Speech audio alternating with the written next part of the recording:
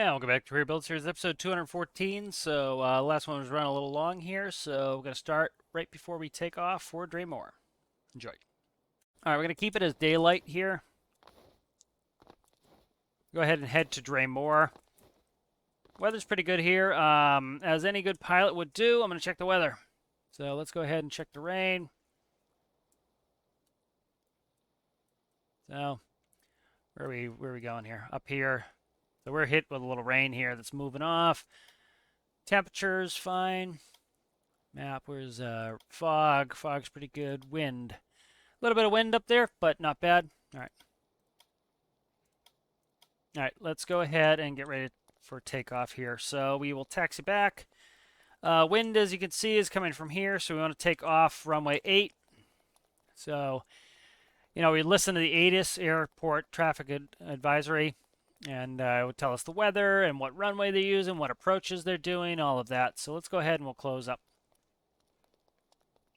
So this will be fun getting a container mission in there. Here come the doors. Let's go ahead and let's go get in the cockpit and get out of here.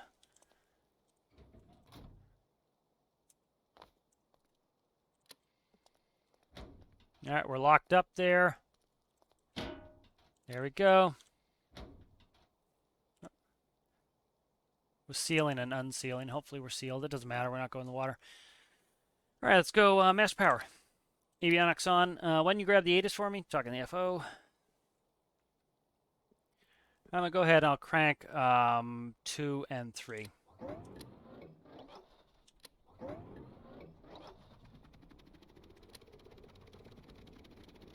right. And we set contact ground. Ground, this is Charlie 6893 Alpha. We're at the container port, ready to taxi runway 8. And Charlie 6893 Alpha, you are cleared to taxi from the container port down Delta, turn right on Alpha, hold short of runway 8. All right, taxi Delta, right on Alpha, hold short of runway 8, 893 Alpha. That read back correct. All right, brakes coming off, props set. Let's go ahead and start taxiing out.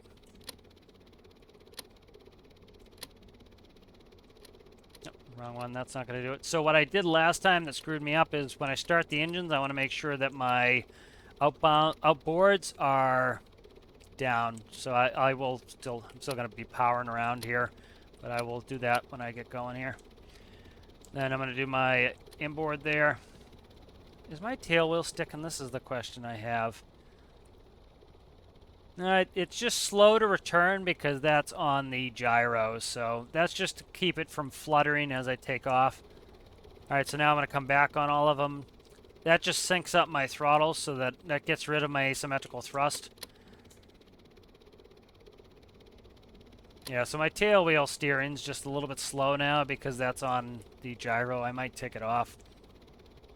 Did that just to keep it a little bit easier as I'm steering down the runway on takeoff, because sometimes your steering's too sensitive on takeoff, so that helps it a little bit, but it's misbehaving. Let's see, like now we're stuck 100% over. I wonder if it's because I gripped up the tires. See how it's like... Yeah, so this I need to figure out why. See how that's misbehaving like crazy? I need to figure out why it's doing that. I can still steer effectively, I just have to do asymmetrical thrust the whole time. Like that, and then you see plenty of steering effectiveness then. Alright, we're coming up on Delta here. I'm just making up taxiway names. Doesn't have a very elaborate taxiway diagram here. Yeah, see, like my tail wheel I bet is stuck all the way hard over. Yeah, see, I don't know what is up with this tail wheel. You have to work on that tail wheel. I did add grip to my tires, so I wonder if the tires needed that are starting to stick too much. One thing I can do too is add asymmetrical braking, which is what I'll probably end up doing here. See, like it's sticking. See, like it doesn't want to go back, and so it's screwing me all up here. I don't know what it's doing here. I have to fix it. I wonder if the wind is that bad. See the wind blowing? What's the wind at? Here, really quick. Oh yeah, we have a lot of wind. 63 wind. I bet it's the wind that's causing me problems. So that's the nice thing. I can use asymmetrical thrust. What I'm going to do is when I go beyond 90% on my rudder, I'm going to do asymmetrical brakes so that my inboard brake, in this case, would be turning. Let's try to not hit the hangar here. Let's go flaps to 20-something degrees. Yep, see, yeah, you can feel it. It's the wind. I'm gonna come back on this one. I hit the friggin' hangar. Yep. The wind's blowing me into the hangar. There we go. So I'm trying to fight the wind the whole time. That's why it's taking so much thrust. See the props are screwy too. Huh. Both my engines started up here? Those are both started. Let me start all four here. Let me bring them all back. Remember they were doing that thing. I forgot to set all my thrusts back, so that's why they're dancing.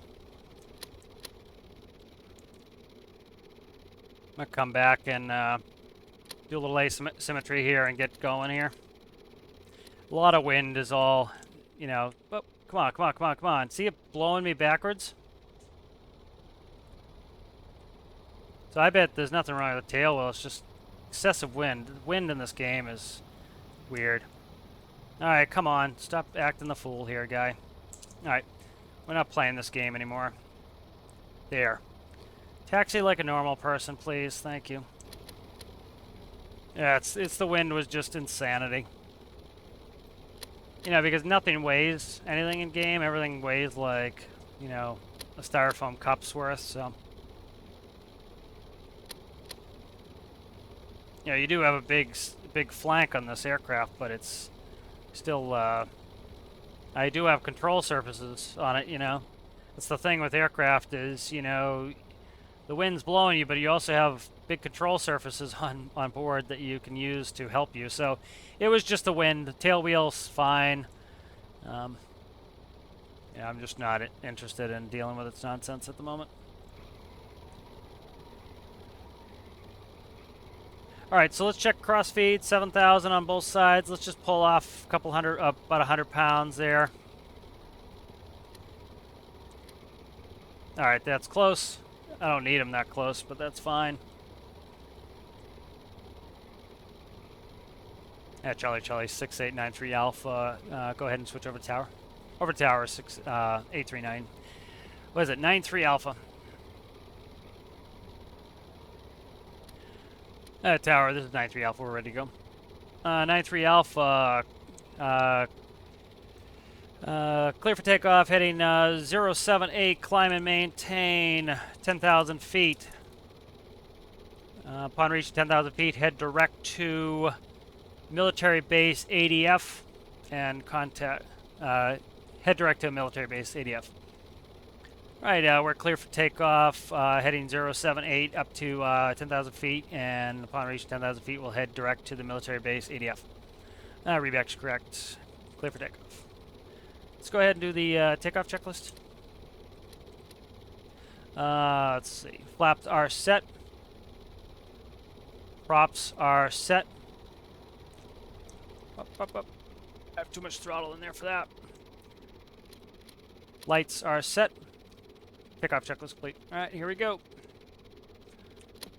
I did, you know, double check my crossfeed. We're good. Okay, good. So we have about 7,000 aside. It was about 7,100 aside.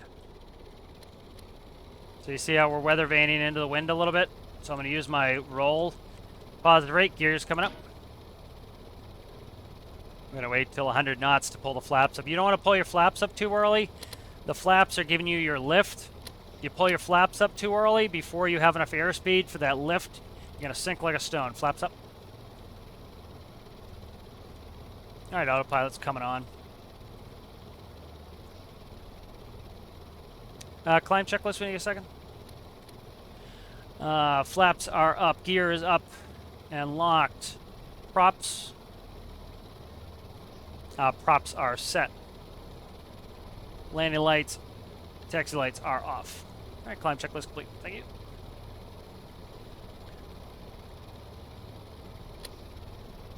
Increase my throttle a little bit, get climbing faster. You don't need full throttle to take off in a large aircraft. Small aircraft, you really don't have a lot of thrust-weight ratio. Large aircraft, you don't need to use full throttle, and you'll just burn up your engines, you know, so you don't do it. And then, so it said 10,000 turn direct. Sometimes it'll turn you direct early. So what we'll do is, I should have set that in on the ground. So we're going directly to the military base ADF because we're going to go here, and then that's going to start our vectors to go in. So we'll go ahead and we'll set a waypoint.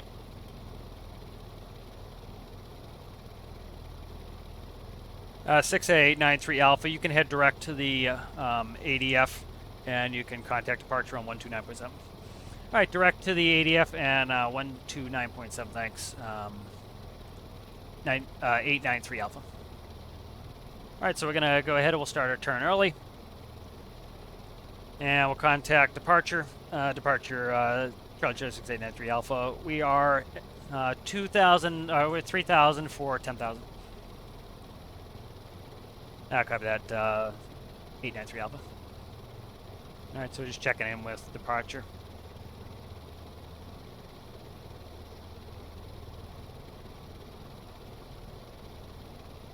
Check RPMs, props, temps. Good.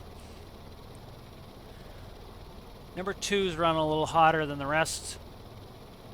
So I'll keep an eye on that. I'll have to check it. So see, we have our ADF needle in there. I put that in there. Still need to add a decimal place. Distance needs a 1 decimal place. I just haven't screwed with that yet. I have a floor on all 3 of these. I just need to adjust it so that it has 1 decimal place. 4,000 for 5,000. You want to call it your last 1,000 feet. And then once we get up to we're going to 10,000. I'm sorry. Never mind. We're going to 10,000. 10,000 is a little excessive. We are 4 minutes out, but actually that's not too bad because we're actually, so the wind is coming from here.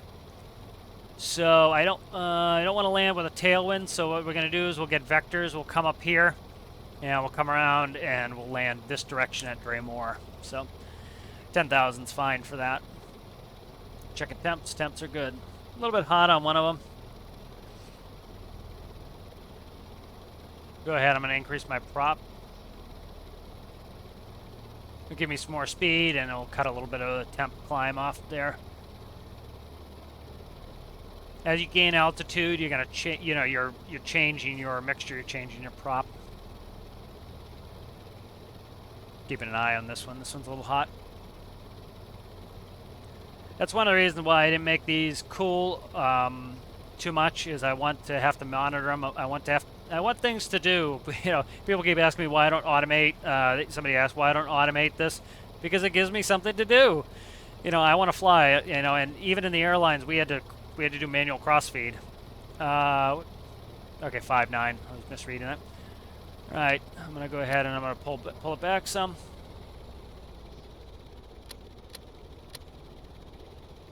Go ahead and climb at 120 knots. We're not that far out. We're only 9 miles out, so.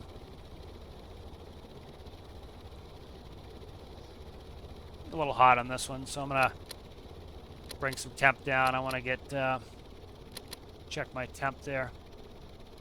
We're almost to the point where we'll lose heat. All right, there we go. So we're doing 107 knots on the climb. Once we level out, we'll be good. You know, still plenty fast in the climb here. Still doing 100 knots. We're climbing at probably, what's that showing? 1,900 feet per minute, something like that, or 19 feet per second. So I might go in there and change that.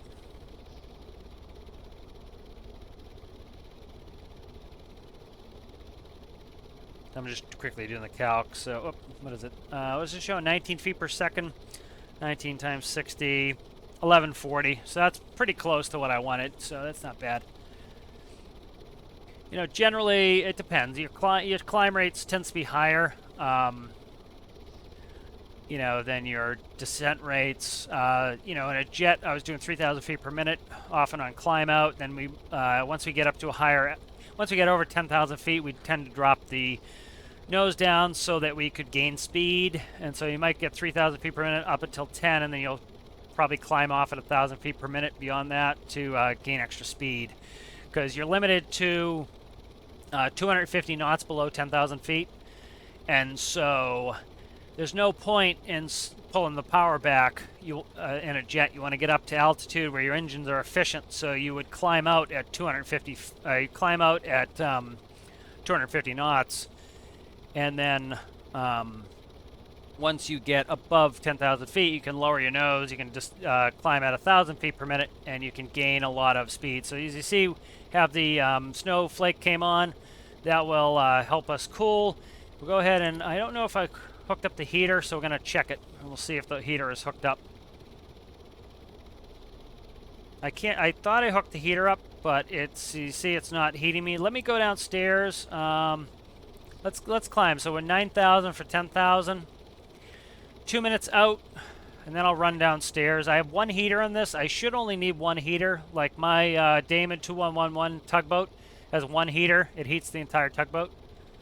So you can see where we are. We are somewhere up here. I just looked down the island. If you look there, you can barely see the island here. That is right here. So we're up here somewhere. So we are a minute out. So you climb up here to get a little bit of efficiency.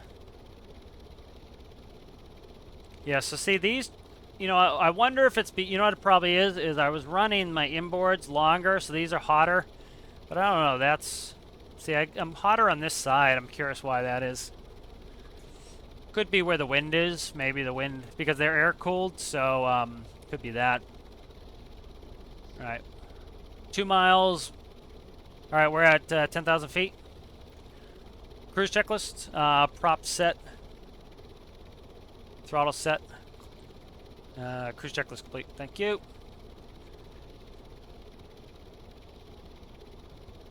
All right, here we are. We're half a mile. We're going to get vectors, so I want to go, I don't know what that is right now. Let's go north. Let's go 30 degrees. Charlie 6893 Alpha, turn right to heading 030, right turn 030 893 Alpha. And then so all I have to do is take off heading bearing. And so again, I was saying how I have these stacked, so that allows me to always keep this highlighted, put in my heading, and all I have to do is take off the bearing, and that will turn me.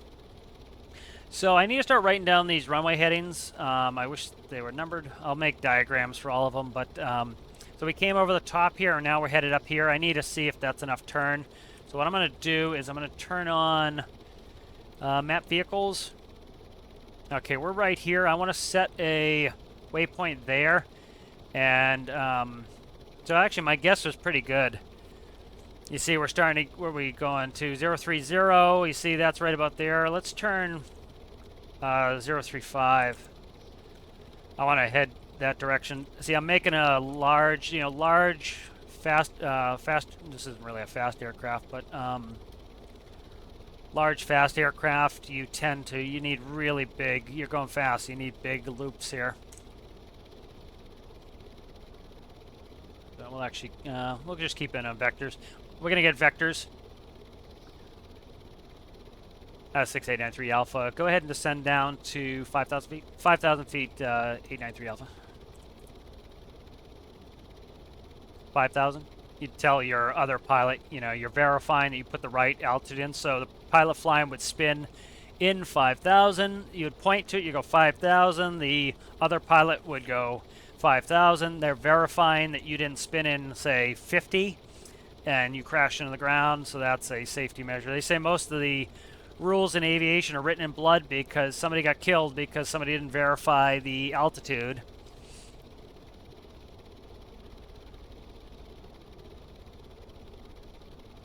So we're good. I'm configured well. I'm gonna keep my prop all the way up. I'm gonna go ahead and descend down. We're not descending very fast here. So we are descending 11 feet per second. I guess we're descending all right. It's just deceptive here. Let's see.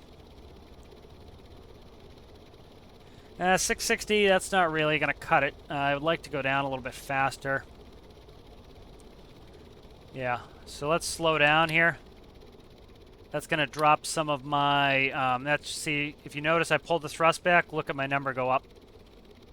So we've gone up 60%, you know, by dropping our speed. That's realistic. You know, when you decrease your thrust and your speed, you're decreasing lift, you're making it easier for the aircraft to descend. I did put spoilers on at one point, but I took them off, so. 6893 Alpha, go ahead and descend down 2,500, 2,000 feet, 893 Alpha. 2,000? 2,000. All right, so you see now we're going 18, so we've considerably increased our descent rate. So now we are doing 1,000 feet per minute. So about 40, was that? More than that. Be 50 something, 55 something, 56% increase in descent rate by pulling our power back some.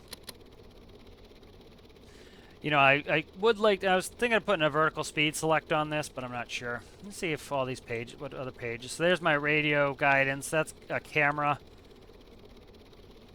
That's going to go on the tail for taxiing the ground, but I haven't put that in yet. All right, so we're going to go past the point here, as you see. I'm going to go ahead, I'm going to put my crosswind in here. I don't know what the heading is. Let's go ahead and just do this. And we'll go ahead and we will go heading bearing.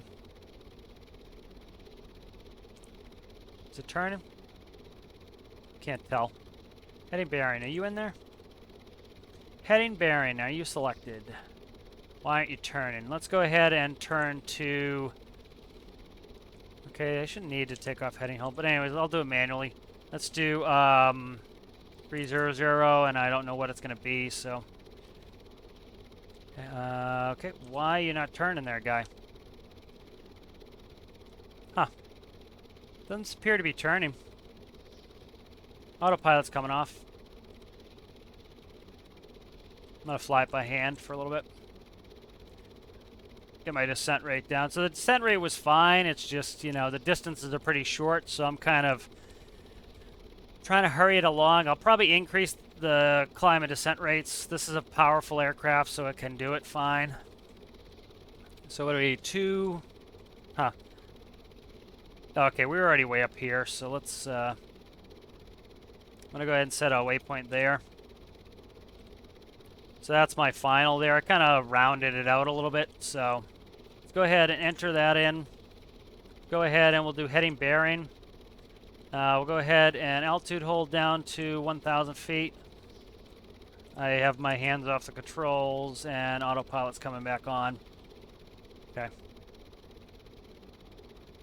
So again, autopilot's #1 use is workload reduction. All right, let's do the approach checklist. Approach checklist is flaps are coming down. Gears coming down below 200 knots. I need power, power, power. I was getting slow there. You know, I put in flap and gear. Those are all drag.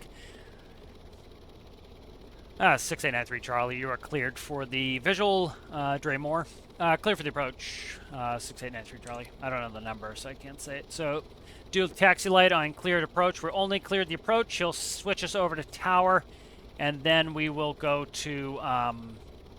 We'll be cleared to land from there. I still don't see it. We're still pretty high. 2,700. I'm gonna go yank some thrust again. I'm gonna slow us down some more. I'm gonna go ahead and set my descent. Prop here, and I'm gonna go ahead. We're getting slow again. I'm gonna go ahead and manually fly for a bit. Autopilot's coming off. I can visually see it. You can see there's the tracks. There it is. I need to get rid of the waypoint, but I'll wait till I get in there. Eventually, I'll put in radio beacons at the different airports so I can navigate more effectively. I can start to see the land there where I'm going, so I need to get rid of that waypoint. Waypoint's making it so I can't see it, so remove waypoint. Alright, I can see the island now. You see right there, there's the island. It's right over here. 6893. What is it, Alpha? 6893 Alpha. Switch over to tower on 120.7. Over to tower 120.7, 893 Alpha.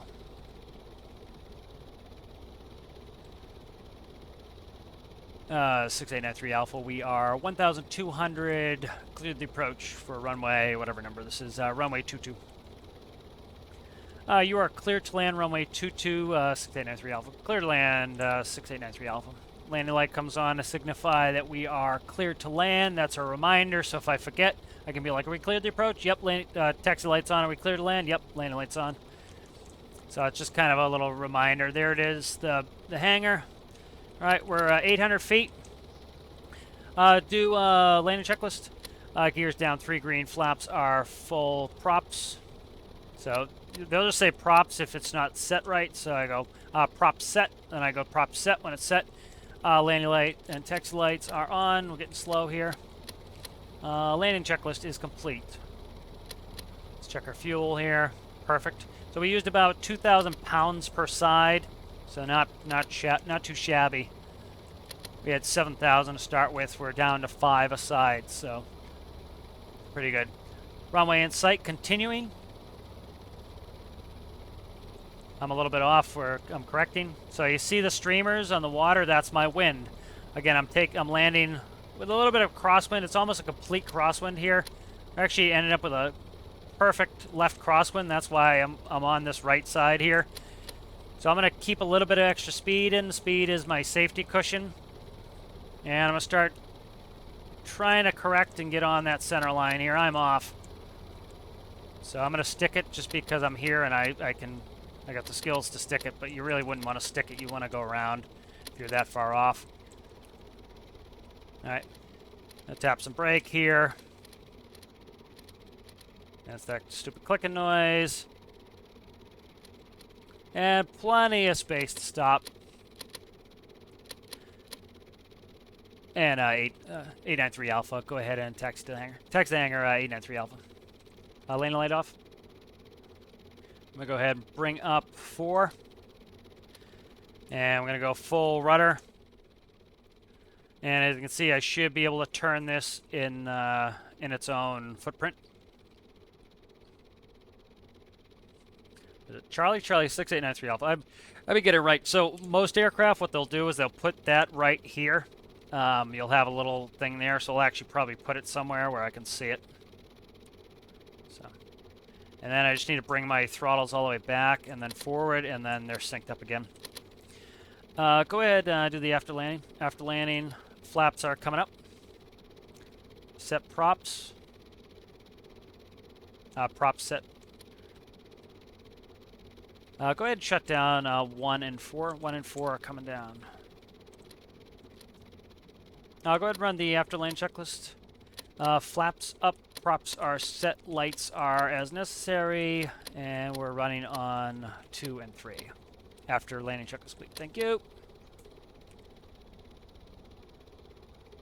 And I'm not going to bother going to the hangar. I'm going to park it on the ramp, and we will unload the container from there. So, nice little flight in. What I'm going to do is set up some instrument approaches for all these airports, and that way I can more efficiently do this. I bought Dreimor in the last save. I'm kind of just, I need reasons to have money, so I'm just going to buy these bases, kind of eat it up.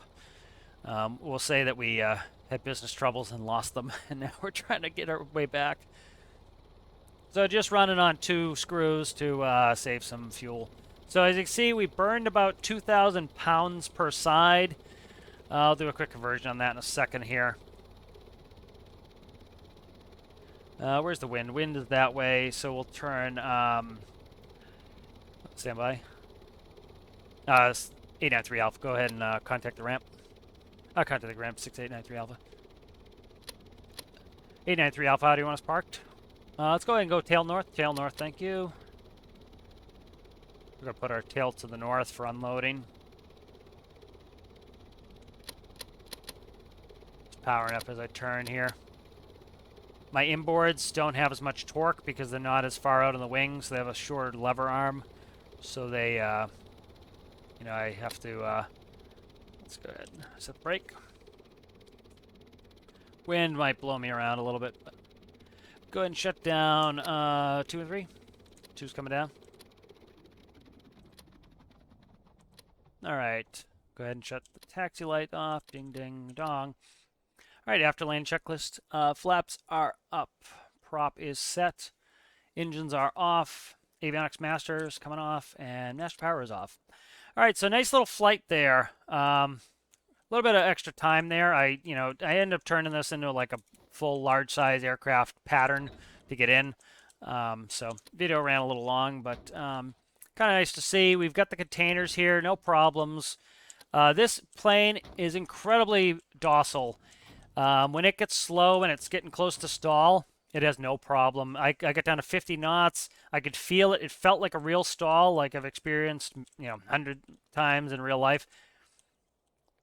This go in? It does. Okay, I made sure these went in so that I could come in here when there was a container. It feels like a real stall, and it sets off every little synapse in my head that's been trained how to respond to a stall. So again, when people are kind of like, "Oh, Stormworks physics sucks," dude, it feels like a real stall to me.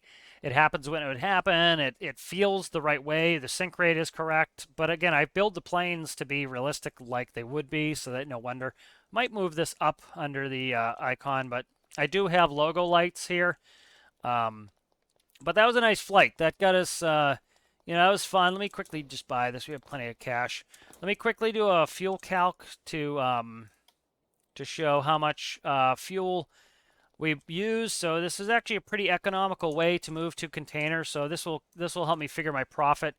I did the fuel calculation at from when we took off with the containers, because that was just a ferry flight to ferry the airplane from one place to the other. I don't count that, the ferry flight, because that's a non-revenue flight. We're not expecting revenue. So we burned about 2,000 pounds per side. So that's 4,000 pounds. Oh, too many decimal places.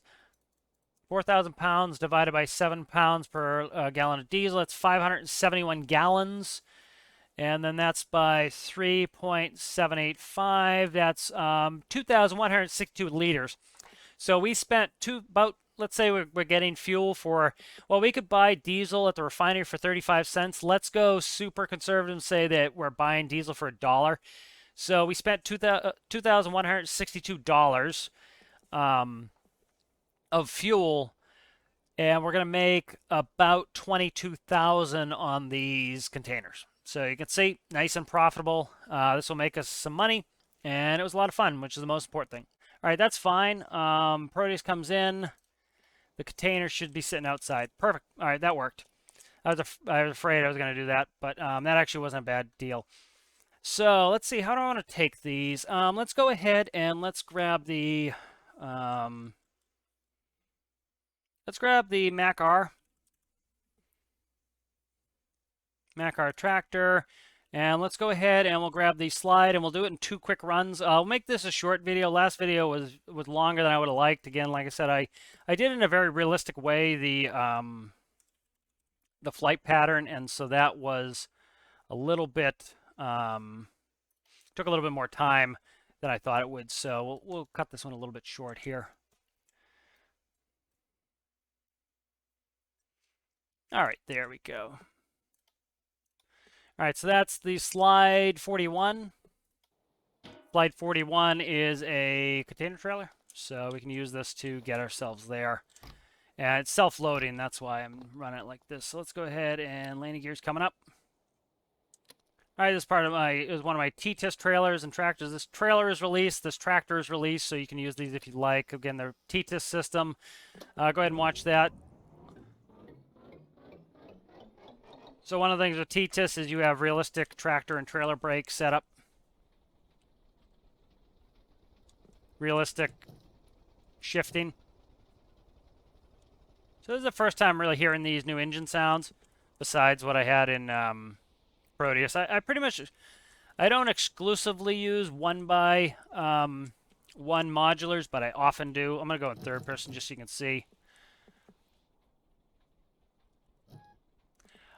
It offends me a little, the gearbox noise, because I do not grind gears in real life. And so to have me sound like I'm grinding gears is quite offensive to me. So I don't grind gears there, devs. I make very nice gear shifts with no grinding, so.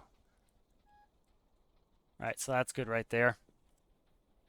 So let's go ahead and set the, we'll leave the trailer brakes off. I'm going to come out of reverse so we don't have an aneurysm. Alright, and so I'll show you how slide axle trailer works if you haven't seen this. So I want, ooh, that's kind of close. Actually, as long as I don't select it, it shouldn't grab. Famous last words. Let's go ahead and slide the axle. No, I'm sorry, I want to slide the axle forward. So slide axle, as you can see, comes forward. Multiple reasons for this. This allows you to turn more tightly, but the main thing is it tips the trailer, as you can see. And then carriage goes out. And, you know, with the, you know, we do get a little slide on the wheels in Stormworks, but the benefit is I can also push the trailer like He-Man. So, if you don't know who He-Man is, ask your parents. All right, good. So that goes on there, and then the carriage comes up. Quickly grab a pick here. So, would have been nice to have some images with Proteus, but I thought it might be a little bit too close to the hanger. So that will grab on. You'll see it grab there. As you see, it just did. And then once it gets past the balance point, you'll notice it snaps. Once we move the axle, that is. So now the axle just causes the trailer to snap into place. Let that go all the way back, and we are good to travel. So we have tie downs in case we're using something else, but brakes are on there. Let's go ahead and get going here. So we don't need to drop our drop axle. We're not heavy enough. Let's go ahead and do headlights on here. And that way we can show off the lights on our trailer. We have markers. We have all that. And I'm not in gear, so putting in gear always helps. I guess the clunk isn't too bad in the gearbox. But I don't clunk when I change gears, devs. The engine sounds very quiet. Again, you know, a lot of people have been complaining about the engine still being lawnmowers. I understand that. I'm not thrilled with the sounds of the engine either. My thought is they should have, like, say, 10 selectable engine sounds. And you pick which type of engine you want, and then you can set the pitch and volume yourself. That would be my hope. But a lot of people, they have these problems because they are over-revving their engines. And a lot of people's excuses are that, oh, well, it's only, you know, 1,500 RPM. Well, that's true. But again, a lot of people are not thinking of diesels. They're thinking of gasoline engines. For example, my diesel tractor, I don't go more than about 1,600 RPM. Like maybe in a rare chance I might hit 2,000 RPM. And the other thing is you need to understand that the diameter of the tires in game are bigger than they are in real life. I have to get out anyway, so I'll show you here in a second. So see this big hump? This is the other benefit of a slide axle trailer. So I'm going to get it where it would bottom out, where it would low center. So right there is where it would low center. See, I can make it over, but what you can do with a slide axle trailer is you would, if you're going to bottom out like that, which we're actually not bottomed out, but if you're going to bottom out, what you do is you slide the axle forward, and now you will not bottom out. So you slide it about there is good. And then, see, that will cause it not to bottom out. Now you have more of a tail swing, but you don't bottom out. So, kind of show you what I mean here. So let's look at these tires. So look at the tire. It's almost up to my shoulder. All right. These tires are much larger than they are in real life, and it makes sense, right? We have each block is a 1/4 meter. You know, 4 blocks is 1 meter. And so that causes vehicles in Stormworks to be much bigger than they are in real life. And so you need to understand that with a truck, your tire is your final gear. The bigger your tire is, right? So let's think of it this way. Let's say you're turning the engine, right, the hub of the wheel, at 1 RPS, right? If you have so if you cut your wheel, you cut your tire and you laid it out flat, if the tire is only 1 meter long, you're doing 1 rotation per second. You have a 1 meter long wheel or tire, and so that means you're going 1 meter per second. If your wheel or your tire is twice the diameter, let's say it's 2 meters, you cut it, you lay it out, and it's 2 meters, well, you're still going 1 RPS on the hub, but now you're going 2 meters per second because the diameters of the final drive, your final gear is your tire, are bigger than they would be in real life in game. And so what happens is people are like, oh, I'm only doing 1500 RPM in game, whatever, 20 RPS. But the issue is that your wheel is bigger than it would be in real life. So you can downplay the RPM of the engine. So what I tend to do is I go about 45% of the RPM of the real one. So if you look in here, let me get inside. My tach shows about right, but that's because I cheat the tach. I do about 145% of the tach. And so if you look at my tach, we're idling around 600, which is right. Let me downshift some. So you see, watch this, I'll rev up to about 1400. My engine is not really doing 1400. My engine is doing about half of that. My engine is doing 800, and the reason is because my tires are too big. And so you hear how nice and quiet my truck is. This truck has a ton of power, and it's nice and quiet. And the reason is because my engine is only producing 50% of the RPS that it would in real life. And you notice it sounds realistic, and it's not screaming like a lawnmower. So what I recommend to people is make your engines bigger. And so run about 45 to 50% of the RPM you would in real life, and then fake the tach like I do. And you won't have a screaming lawnmower. If you gear your stuff properly, you will not have a lawnmower. Now, again, should the devs make it better? Absolutely. But crying about it's not going to solve it. What's going to solve it is, for right now, your engineering solutions. I agree that the engine sounds need work. It would be great to have realistic RPM on the engine, but guess what? If your tire is double the size it should be in real life, like R20s, what am I running? R24s maybe? I can't remember. That tire is probably about the size of my hub. Nah, maybe bigger. Probably about right to here. These tires are much larger than the ones I'm running. It goes up to about my hip in real life. So, I might try to get a short of it in real life. So in real life, it goes up to about here on my hip. Because I come over with my hammer and I check my tires for inflation. And I lay my hammer right on top here. It's about in line with my waist. So in real life, the tire is up to about here. See how much extra tire I have? That's all diameter that has to be turned. That's your final gear. My final gear is way too big in game. And so that means that I need to decrease the RPS in order to have the same drive characteristics. The engine I put in these trucks and the gearbox I put in these trucks are within 0.02 of the gear ratio of the real transmission that I use at work. And I get the speeds within 1 mile an hour of the real truck.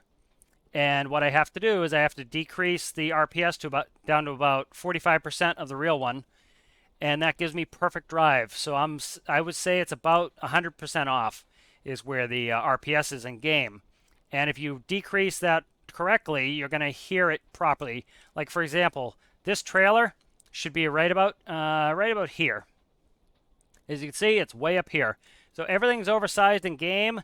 You need to understand that changes the dynamics by having a larger final drive. So little rant there about, again, I completely agree that the devs should fix some of these problems with the sounds, but you also kind of have to take some ownership of having fun in your own game. If the lawnmower sound is annoying you, increase the engine size, decrease the RPS of the engine. That will decrease the pitch of the engine, add more gears. Anything you could do to get that RPS down is going to make it sound like a truck, or a car, and I would aim for about 50% of what's realistic, and that will get you a realistic sound. I do between 100 and 200,000 miles a year, and I'm running at 1,400 RPM most of the time, and my ear is pretty well tuned. I shift all my gears without the clutch, doing it with my ear. So I can, I have a little bit of experience understanding what the sound of a diesel engine should be like. I probably probably have 1 million miles. So that's a little bit of my area of expertise. So I recommend decrease your RPS by half, and then gear it up so that the speeds are correct. That would be my recommendation. So a little rant over. Again, I'm certainly not you know, just sticking up for the devs. A bunch of this update is not my favorite either, but again, I choose to have fun at the end of the day. I'm not, you know, just screaming and yelling about it's not going to help. You know, the appropriate thing to do, which a lot of people have been doing the right thing, is going on to the bug tracker feature request. And you know what? The more positive you can put on that feature request, the more likely it is to get addressed. None of us like to hear people giving us a bunch of crap, including the devs. You know, just screaming at the devs, just, you know, you guys suck. You know, how often do you want to go do something for somebody that tells you that you suck? I'm going to tell you, somebody tells me at work that I suck. I'm calling in sick the next day, and they can do without me if they dislike me that much.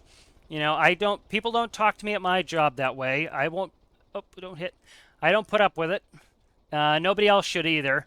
And so just because I don't, you know, scream and yell at devs doesn't mean that, you know, I suck up to them either. I'm treating them with respect, and part of, you know, treating somebody with respect doesn't mean you always agree with them. So I certainly don't agree with the way they did the sounds, but the best way to do it is in a constructive manner. So go on the bug tracker, find yourself one of the ideas that you think fits what you think would be the best for the new sounds, and support it by clicking the star icon. You click that star, you know, the devs go through the bug track and they say, wow, this has 1,000 stars. This is a feature people really want reworked. For example, I hate the clicking of the throttle. Go on the bug tracker, click the star, and guess what? The devs see, oh, everybody hates that thing we did, clicking of the throttle. They come back and say, hey, you know, people really dislike that, so thank you for the feedback, and fix it. You know, and that's how the devs should respond to it too. A little bit of positivity from the devs. You know, I said in one of the videos recently, the best thing the devs could do is they could have come out with the audio and said, hey guys, you know, we'd like your feedback on this audio update we did. I'm just trying to find reverse here. You know, we'd like some feedback with this audio update we did. We're going to call this the beta audio update. We want you guys to give us feedback on the bug tracker, and we'll take all that into consideration, and we'll keep working on audio. You know, instead of saying, hey, here's your audio update that you've been waiting months and months and months for, guys, and then people are like, this sucks, you know, because the fear I think a lot of people have is that this is all we're getting, they're never fixing it. And I think the devs could have approached this in a better way and said, hey, this is going to be the beta audio update. Give us your feedback, and we'll take it into consideration, and we'll keep working on the audio. And that would have told people, hey, this isn't the final audio for engines, because I would say the chances of this being the final audio is pretty slim. There's a lot of backlash. But again, it's probably exhausting for the devs to have people, you know, they went to work and they worked hard over a holiday, and they came out with a, you know, with an update that people have been wanting, and everybody's like, this sucks. Well, guess what? That's no fun either.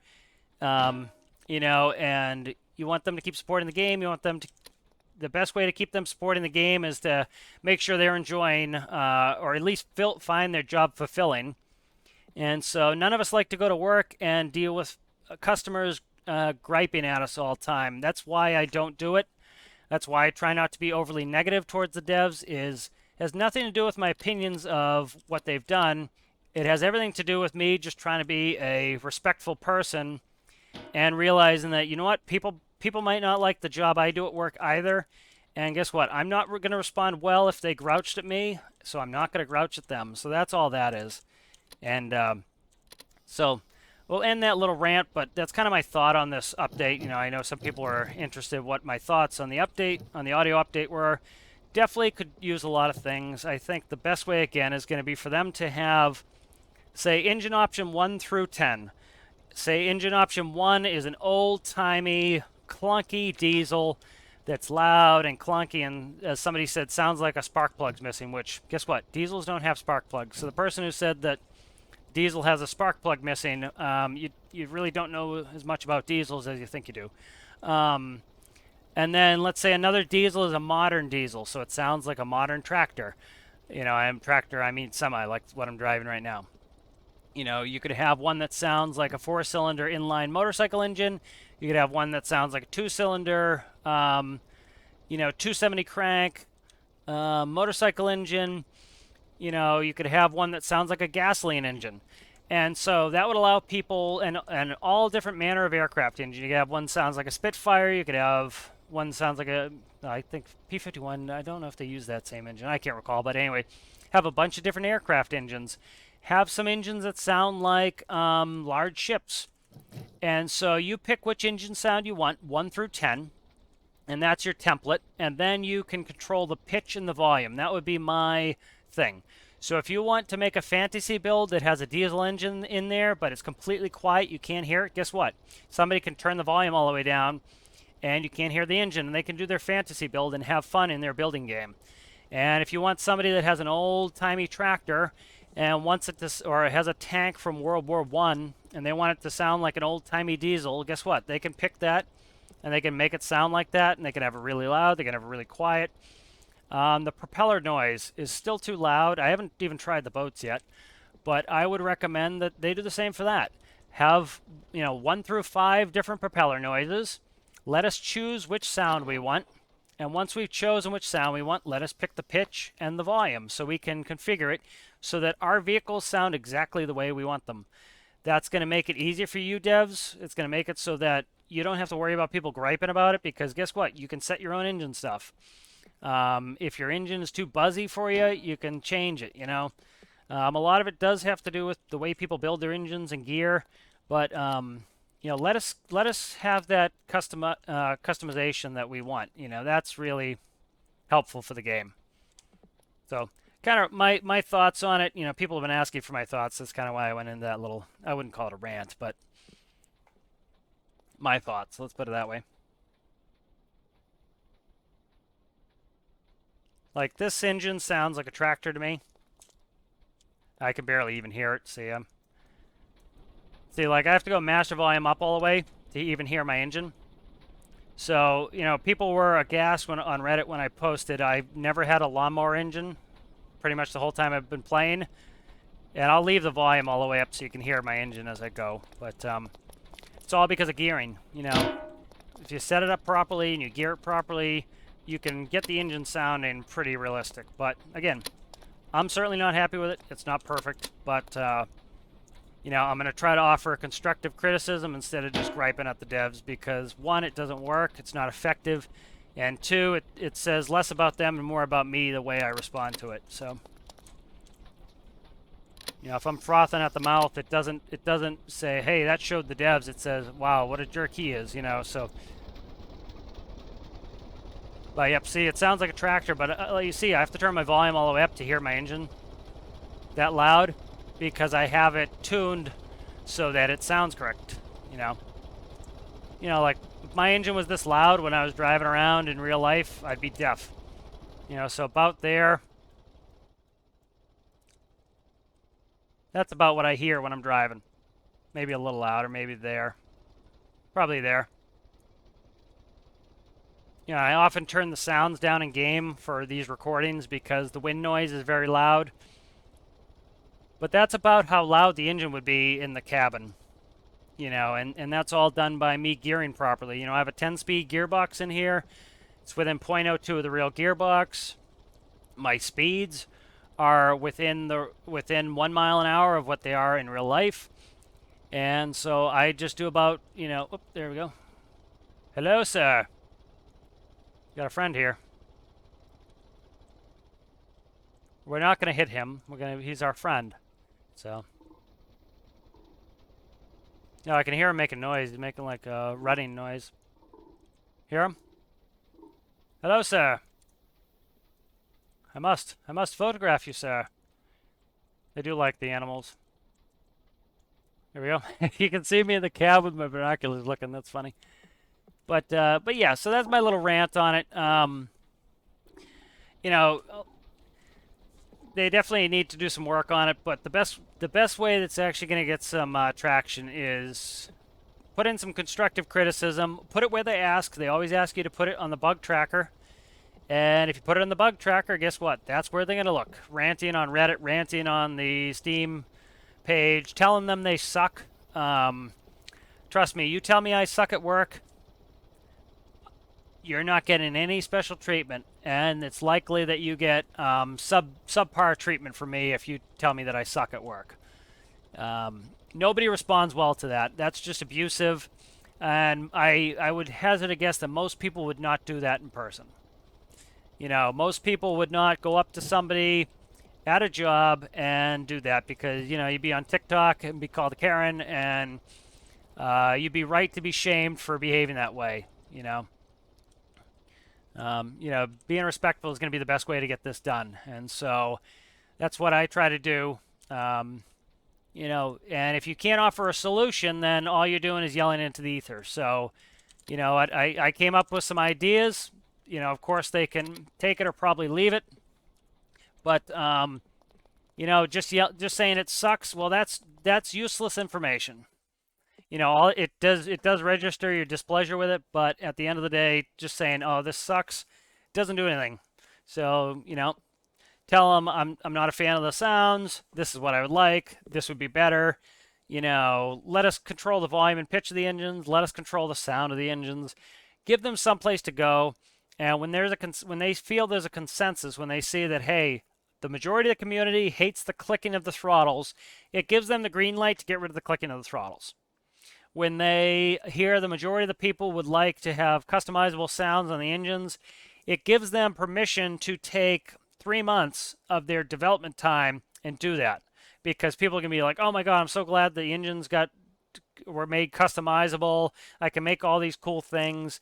And then they decide that, hey, that was worth our time. That was a good use of our development time, because their time is limited. They can't spend it on every area, and they're trying to do the most bang for the buck. They are certainly not without guilt. They do some weird stuff that I just don't understand. They should have said this was a beta audio release. Give us your feedback. Devs, please do something like that. That would have saved a lot of things, because people are afraid that this is what the final audio is going to be like, and they are not happy. All right, so let's see where we're at. We're at about 25 minutes here. Let's go ahead and let's call it here. And let's call it here, and we'll make this a little shorter. The last one was long. All right, thank you guys for watching. I'll see you in the next one.